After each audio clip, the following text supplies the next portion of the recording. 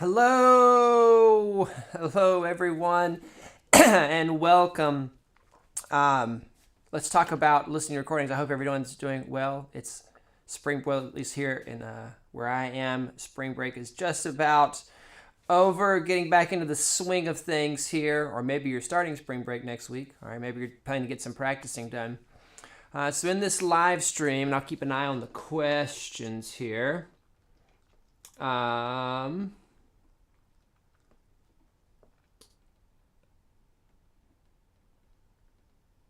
the comments here. Oh, already have. Do we have any questions here? Already. Alrighty.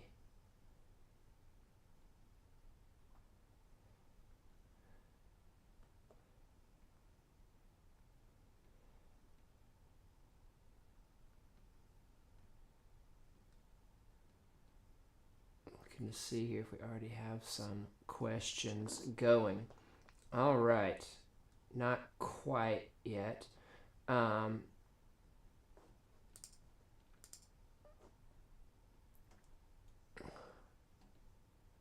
dun, dun.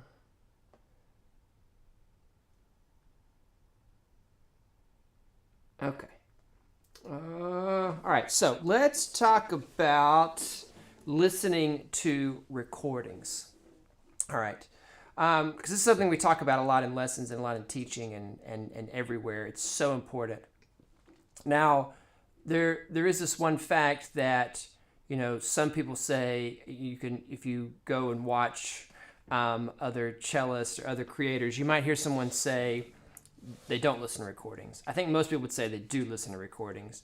And I think that whole, don't listen to recordings comes from, people who are playing at a very high level, right? We're talking about interpretation. We're talking about artistic musical stuff and not wanting to be too influenced by one particular recording or one particular artist. But that's when we're getting into some real nitty gritty, which is important, all right? Eventually we do want to get there.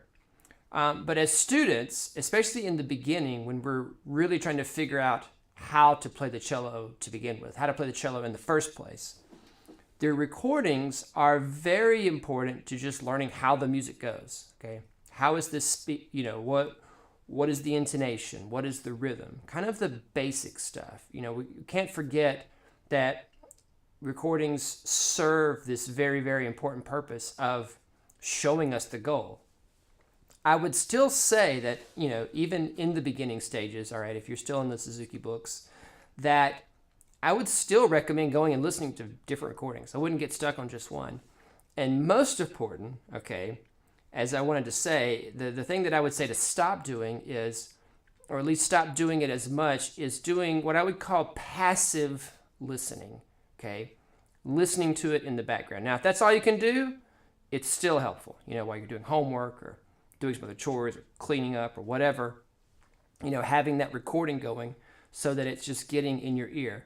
But the more active listening you can do, it just trumps the passive listening by light years. What do I mean by active listening? Meaning that you have the music in front of you while you are listening, that you're watching the notes go by. And I know that there have been times when I've had to do this. I think the most difficult orchestra piece I've ever played in an ensemble is a piece by Kodai, The Dances of Galanta. Okay, this is for full symphony orchestra, and there is just something wild and crazy going on all the time for every single section. Okay, it's harder than Don Juan. It's harder than any other symphony I've ever played. It's so difficult, and I remember having to sit down with the music in front of me and listen to the recording just so I could wrap my head around some of the rhythms, okay, that are in the Dances of Galanta. I mean, it's just a wild, wild piece. So, and that could be on any level, right? So, active listening. Sometimes I might, have the recording going and the music in front of me and sitting at the piano just so I can pause it and bang out a few notes or something like that. Just whatever I can do to be more involved in the listening process so that it gets in my brain faster. Okay, when you listen passively, you have to listen to it a lot. It does work, it does help. Okay, so like I said, if that's all you can do, that's all you can do. But spending 5 or 10 minutes really concentrating on listening to recording, watching the music go by, watching what the performer is doing, all these things will help you absorb, because what we're trying to do when we're listening to recordings is internalize the music, trying to get an idea of how it goes, so that when we're playing, right, we catch our mistakes. Sometimes we don't catch our mistakes. We don't hear the intonation being off, or we don't hear the rhythm being off, because we haven't internalized it and we don't have that goal of what we're trying to achieve. The recordings give us that goal. Okay, the recordings give us that thing, that we're trying to get to. All right, the ideal, you might say. All right. So just a little bit about recordings, about how I listen to them, what I think is important about listening to them. That you try to incorporate more active, focused listening when you're listening to the recordings. Okay. All right.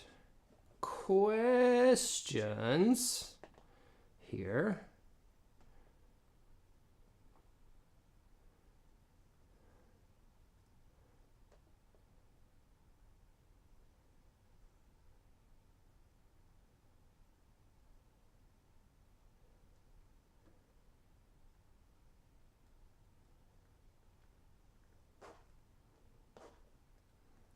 See if there's a question out there that I could answer.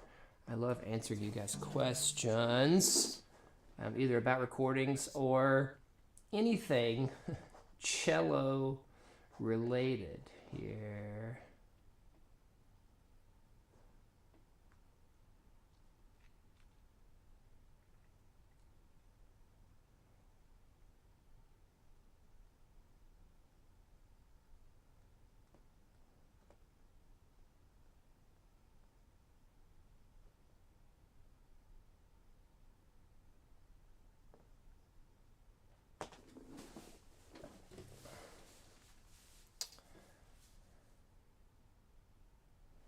All right, I don't see any specific cello questions here this afternoon here.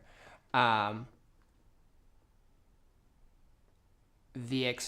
I'll answer your question there offline there. Okay. All right, well, have a great afternoon, all right? And